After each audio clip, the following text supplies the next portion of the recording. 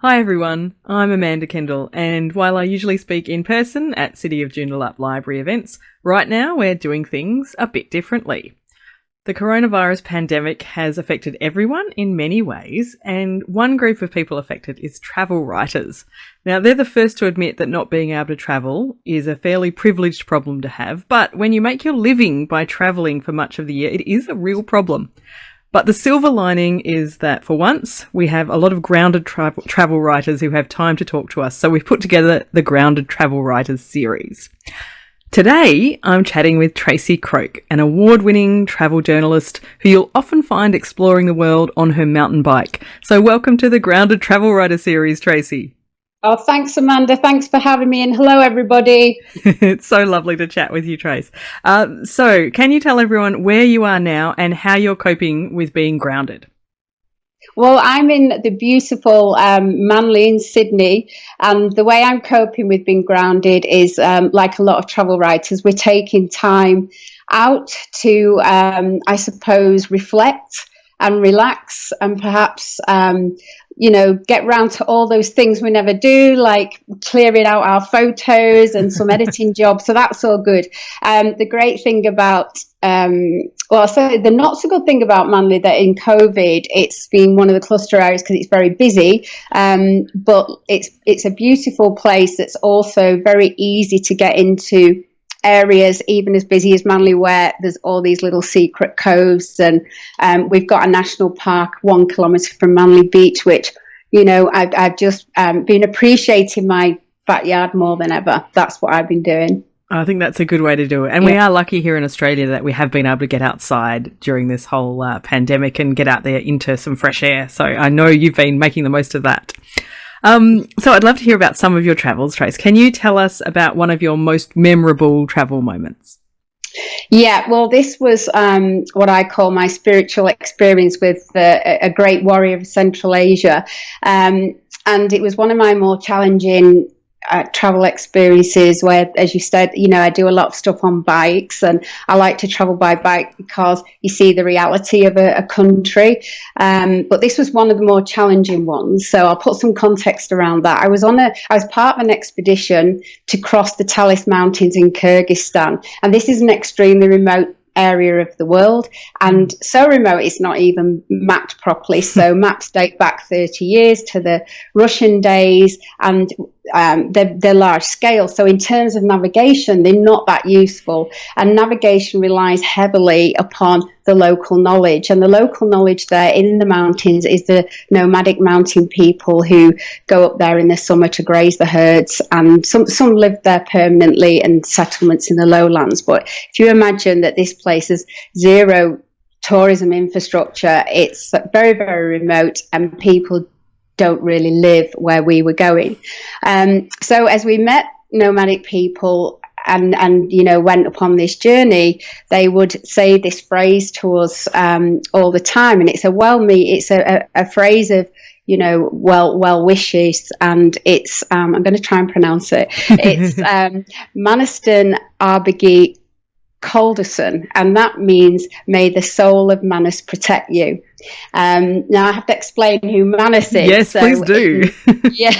So in Kyrgyz culture and identity, Manus is very important because he is like this superhero, legendary warrior who united the 40 clans of the region, thousands of years ago.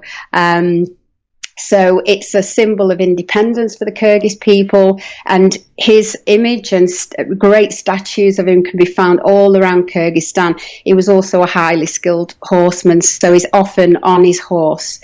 And as I say, it's all part of this independence of Kyrgyzstan. And the way it was explained to me was that Manus is almost like the soul that protects people, and this is why this phrase is said. But my question was, would this protection transfer to as a group of non-Kyrgyzstanis, very foolish foreigners embarking upon a journey that they didn't actually need to take, but nevertheless, this is the culture of the mountains, and all nomadic people there will help you, will guide you, will share food with you. And this is what they said to us. So we'd hired horsemen because we needed our camping gear to be carried for us. But the trails that bikes can take and the trails that horses can take are very different. So some days we'd split.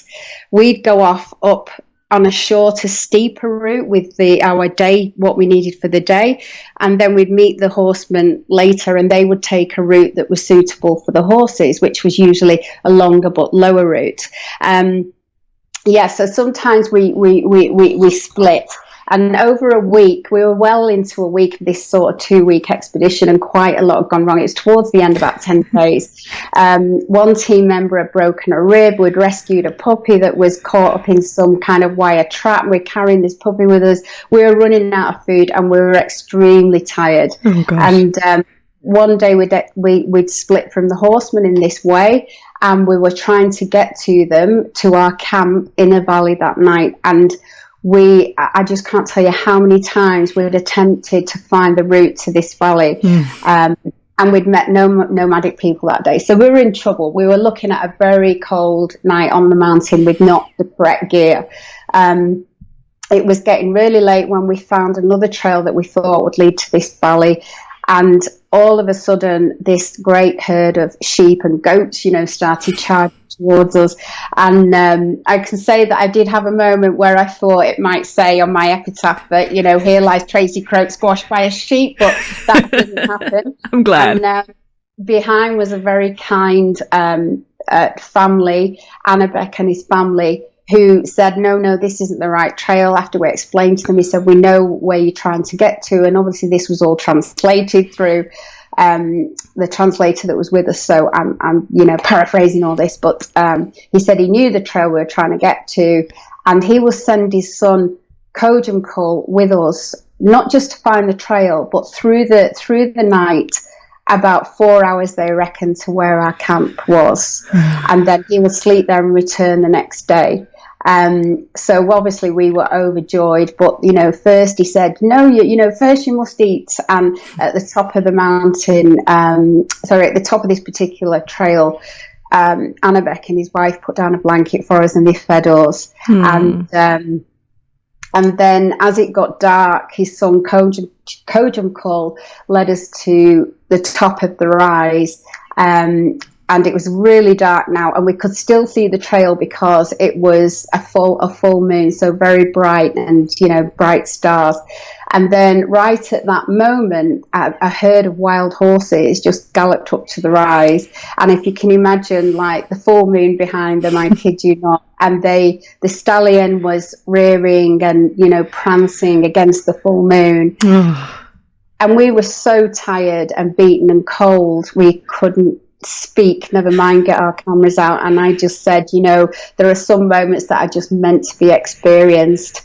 And just when I thought it couldn't get any better, Kojumkul turned to us with a big smile on his face and said, here it is, here's the trail. And that's the moment we found the right trail after 6 attempts. So gosh. I'm not a religious person, but I believe that was the soul of Manus and the spirit of Manus telling us, yes, I do protect foolish foreigners, and on these quests, and you're safe now. Oh, amazing. It just seems like a massive movie panorama that someone would invent to make a climax to a scene, and to think that you experienced that. It's amazing.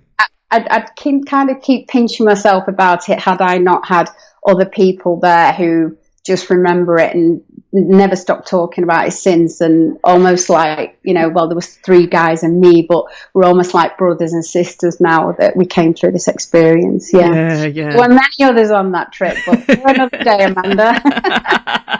Yes, I know that you have a lot of stories to tell. So I'm going to let you tell one more, though. Can you tell me about a time when something went wrong? Yeah, well, funnily enough, on the same trip.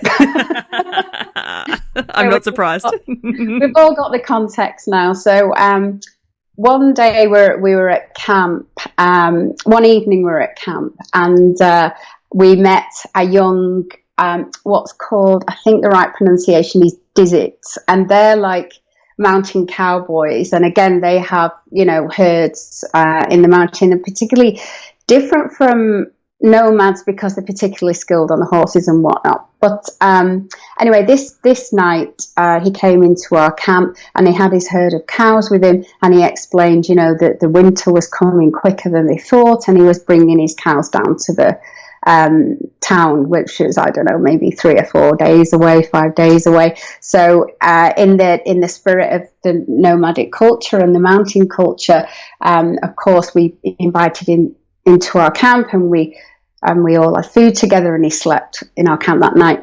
Then the next morning, we said our goodbyes and what have you, and we were packing up and about to set off on our bikes, and a cow appeared. And we looked round, and with our translator, and we said, well, it must belong, to the young cowboy. So off we went on this mission to reunite the cow, and we had to herd a cow, which none of us have ever done before, with our bikes, like go off where we even needed to go this day. And but no, we must do the right thing. So about half an hour, perhaps an hour later, we found him, and we were delighted with ourselves, at which point he turned around and said, "That's not my cow." Oh no! So you had mountain bike herded this cow all this distance to the wrong person. Yeah, so we reunited the cow with the wrong person, and then had to herd it back and leave it where we found it, because it probably belonged to somebody who had a settlement, maybe, Probably someone knew they'd left that cow there. Yeah, probably, yeah. I mean, it wasn't tied up or anything. It did just wander into the camp, so we don't know. That's a fairly logical assumption to make. Fair enough. Especially in such a remote area. Yeah. And with such an emphasis on that culture of everyone helping each other and doing the right thing, I think exactly, you were definitely doing the best thing you could. Yeah. And we were so excited to do it. Well, it makes a good story, doesn't it? I don't know anyone who's herded a cow with their mountain bike, so there you go. Oh, dear. Actually, on the same trip, 2 shepherds borrowed my bike and one of the other guys' bikes to have a go at seeing how they could herd. And it ended up wrong. Like I've got a video of this poor shepherd going over my handlebars. Oh no! It's a soft landing. His mates thought it was hilarious. Right, but they decided not to use that technology for the future. He pulled the brakes like really hard, and then he went over the handlebars, but into a soft landing. I'm really glad. Yeah. Like I said, no. Some things don't change anywhere in the world. Yeah, that's true. That's a universal problem, isn't it? I can't tell you how much this bike has united me with people in that kind of way, and just crosses. It manages to cross language and cultures and everything, because there's all these shared experiences on bikes. So it's fabulous, isn't it? I love it. Yeah. Can you tell us, Tracey, a couple of places that you can't wait to explore once we can travel more freely again? Yeah. Oh, well, in this respect, I'm probably not really going to answer the question in actual places, but I mean, I would just stick to my principle that I always have, and that's anywhere that I haven't been and anywhere that's not crowded. And I'm not saying not crowded because of COVID. As I said before, I think that when there are so many places in this world, like if you were to tell me somewhere, in a country that's really famous and that everybody really wants to go to, I could pretty much find you a place that's like almost as significant, if not as significant, but just flies under the radar. And, travel is such a force for good and bad that I think a lot of these crowded places, they do attract the bad things in travel, that the bad impacts generally. That's my experience. I'm only speaking for myself. You could have some really responsible people who know how to, navigate all these like crowded or what I would consider sometimes on over tour places, and and do it very responsibly. And I'd love a talk on that, because but I just love to get as I say, to see a place on a bike, because it shows me a bit of everything and the reality. And my hope in a post-COVID world is that more people want to spread the tourism love and perhaps, travel a bit more thoughtfully in that way. Yeah, I hope that's the case too, and I look forward to seeing where you end up. So thanks heaps, Tracey, for being part of the Grounded Travel Writer series today. You're welcome. Thanks for listening, everybody. Bye.